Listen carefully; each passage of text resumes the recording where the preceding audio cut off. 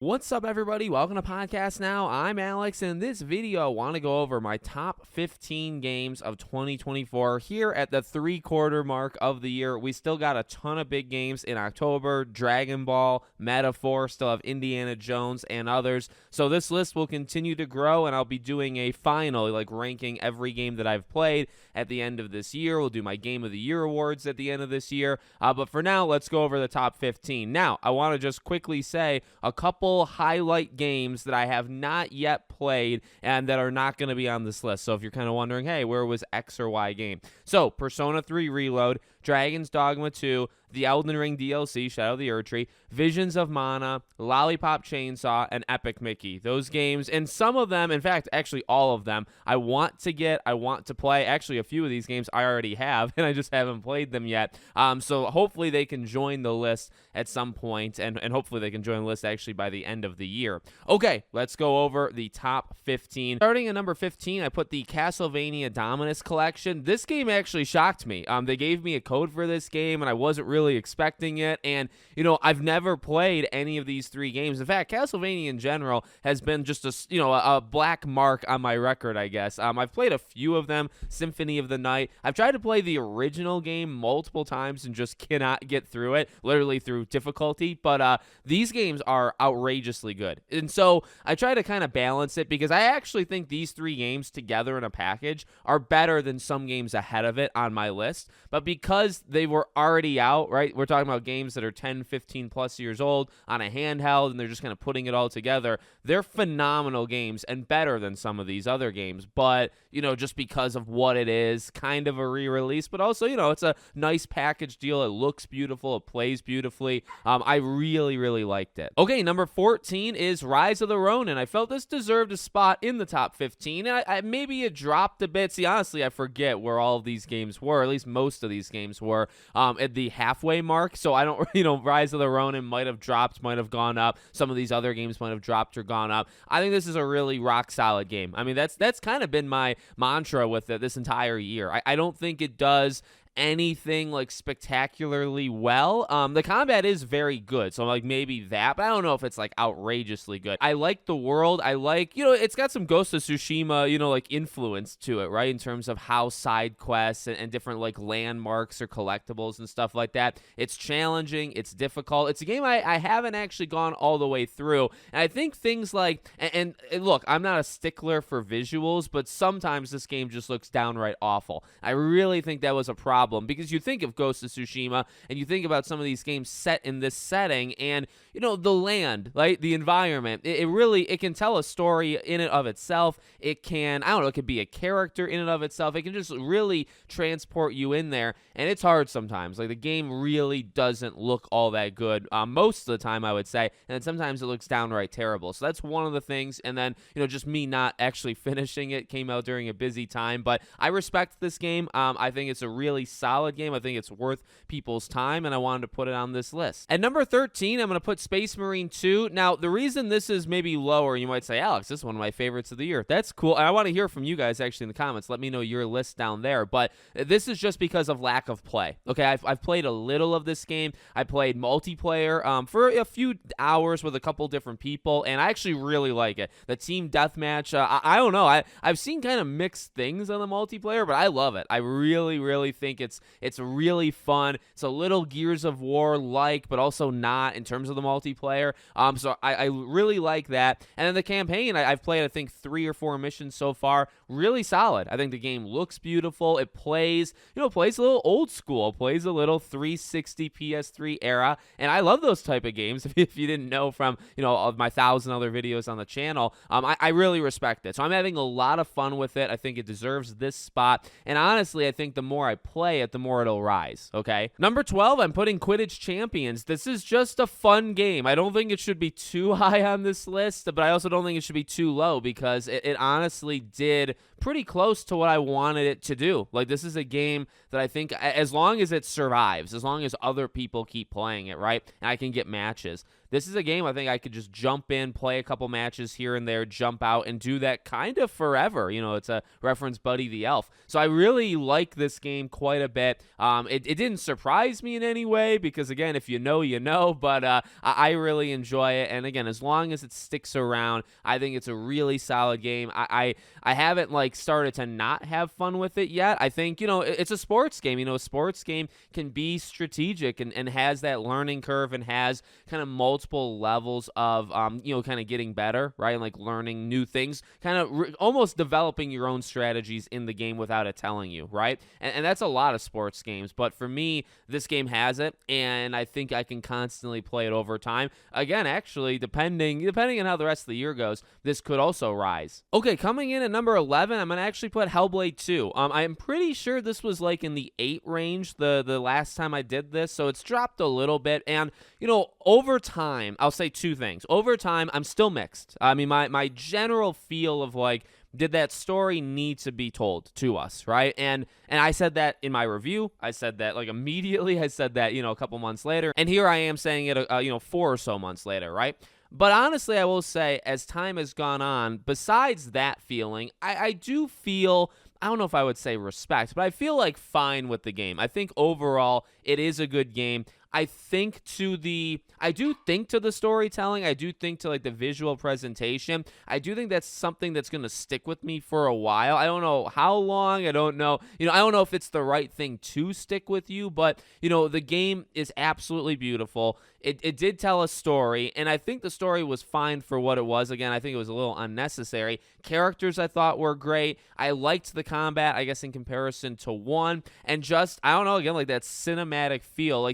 There's not a lot of games like Hellblade, and I guess that maybe is what I'm trying to get at, and taking a very long time to actually say it in this video. But I think that cinematic feeling that's really kind of special and kind of unique to Hellblade is continues to be what stands out about it. I just don't know if you needed to actually make Hellblade 2. Okay, number 10, I'm going to put Helldivers 2. This one, again, is kind of just a consequence of me not playing it enough, and I think I've been pretty open to that this entire year. I'm pretty sure, all 3 times we've done this, Helldivers has been on the list. I think it's dropped each time, and I've said this before, I just don't think I made it far enough in the game where it became that, elite game, especially, the clips that I saw early on, right, when everybody and their mom was playing this game, and you see just how unbelievable the game could get. I had flashes of it, but it's on me. It's my fault. It's I just didn't play this game enough to get to consistent matches and consistent circumstances or events, right, where that was the whole game. I just didn't play enough, and that's something I do regret as time has gone on. Maybe I'll make some time in December or even November when things kind of calm down, maybe go back and finish some of it, the Rise of the Ronins of the world. Maybe I'll go back and replay or play a little bit more of some of these games, and Helldivers would absolutely be on that list. Okay, number 9, I'm going to put the Plucky Squire. I really like this game. So I did a review of this, a few days ago on the channel, and not necessarily coming out of left field, right? We knew about it, but at the same time, for me personally, of all the games that have come out this year, right? There's been so many, and I've covered dozens and dozens of them. A lot of them I keep pretty good track of. I watch all the gameplay, all the trailers, all of that stuff. But for this game, I'm pretty sure I only watched 1 trailer, so I kind of knew what it was, but I also kind of didn't know what it was. And it did surprise me because I think this is just a wholly unique game. I really think that's what this is, right? It's not necessarily deep in any way. The combat is very, very bare bones, even some of the puzzle solving. But,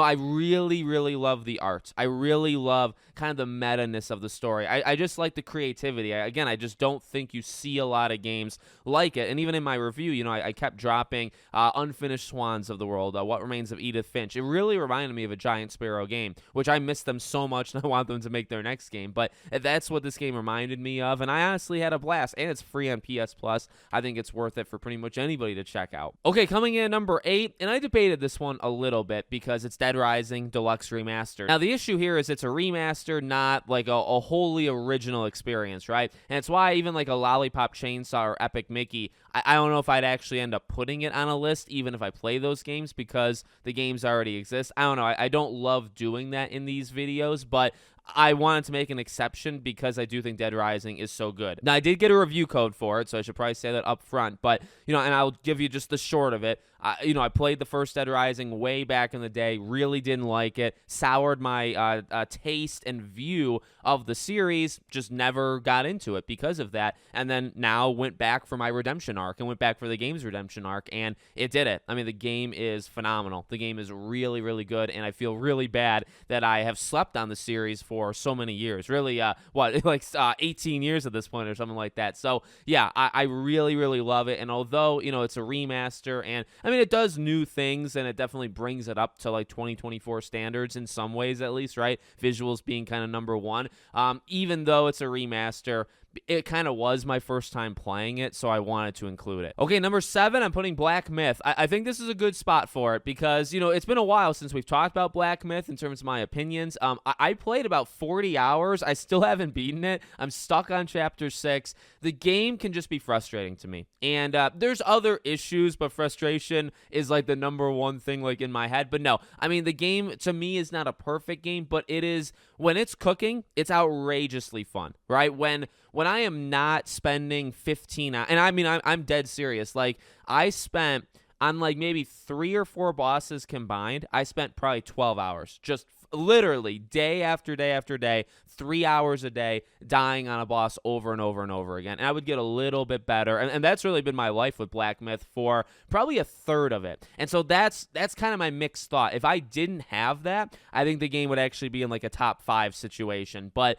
when it's good, and when, I'm not saying like when I'm fantastic at it, when I'm not dying at all, because the challenge is a big part of it. But when the game has like a rhythm going on for me, I think the game is phenomenal. And there is some really good stuff to it. But when no joke, when I have spent probably, I mean, I'm stuck on one boss in Chapter 6. I've been stuck on them for like 2 weeks. So when I've spent probably half of my playtime, 20 of 40 hours, on maybe 4 bosses, that just hurts the entire game. So that's kind of why it's in this middle kind of spot. Okay, number 6, I'm putting Infinite Wealth. I honestly don't know where this was last time, so I don't know where. I think it stayed pretty consistent. I think this is going to be a top 10-ish game of the year. Now, there is actually quite a few games coming out in October that could push it down, but, Infinite Wealth, I think my feelings on it now have kind of evolved a little bit into the game is really good. Like, and I don't know if I've ever said that the game isn't really good, but for me, it's always just been the story that's held it back. I think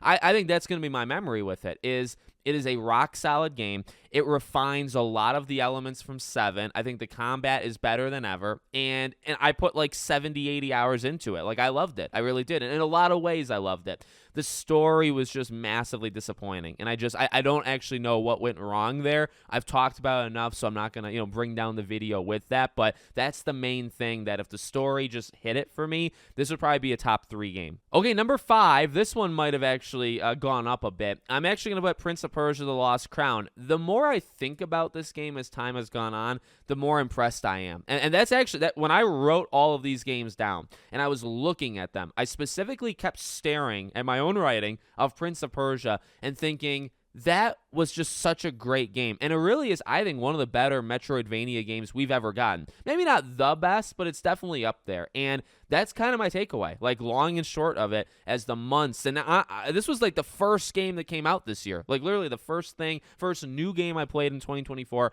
was Prince of Persia. And you have a tendency sometimes to forget about those games. And sometimes I do. Sometimes I forget the game came out this year. But when I think of it, I think that was unbelievably good. That is one of the best of that kind of genre, and I feel like it was slept on actually by quite a few people. So I just wanted to kind of give it props and put it higher, right now on my list. Number 4, I'm going to put Stellar Blade, and I feel good about this. I really do. I think Stellar Blade, in my head, has aged very good. I really, really love the setting. I really, really love the gameplay. I mean, gameplay can be king for like a Black Myth, for a Stellar Blade, and Stellar Blade, I just feel like nailed the feel, nailed the difficulty. See, Stellar Blade, I also got stuck quite a few times, but it was mainly at the end, and I got through it. And, it took me like an hour and a half to beat like some of those last 4 or 5 bosses, but I did it. It felt rewarding. I think the gameplay feels tight. I mean, it's very similar to Black Myth Wukong, but I just kind of preferred Stellar Blade. So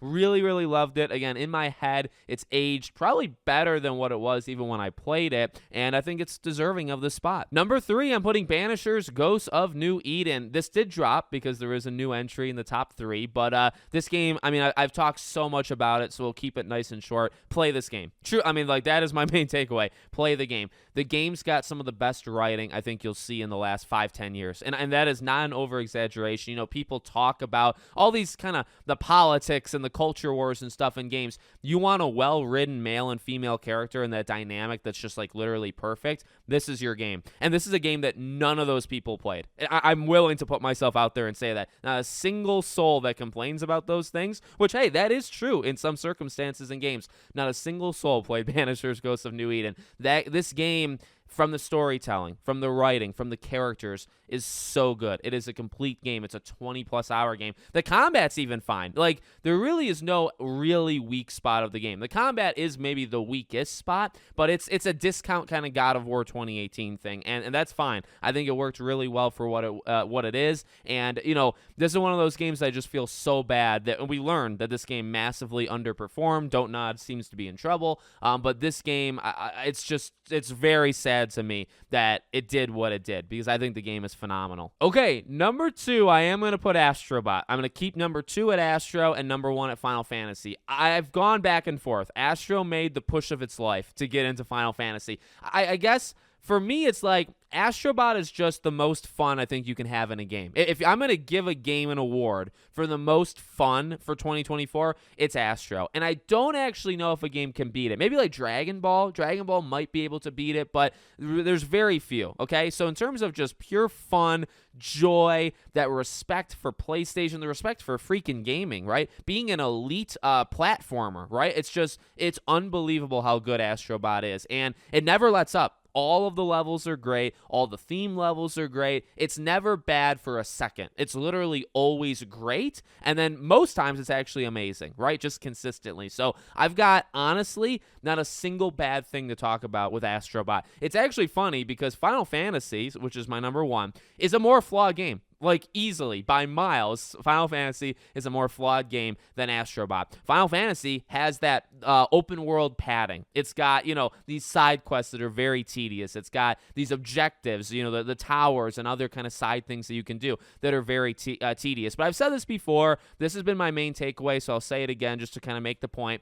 This changed me. And I don't say that as some, you know, cringy, overreacting thing. Like, I thought about the ending of Rebirth for like a good month. I couldn't stop thinking about it. And I like it. It's not like, oh, I'm so angry at it that I'm going to think about it for a month. When a game does that to me, and when I still think about it, like I still think about the story of 7. I still think about the characters. I still think about that ending and the last like 2 hours of the game.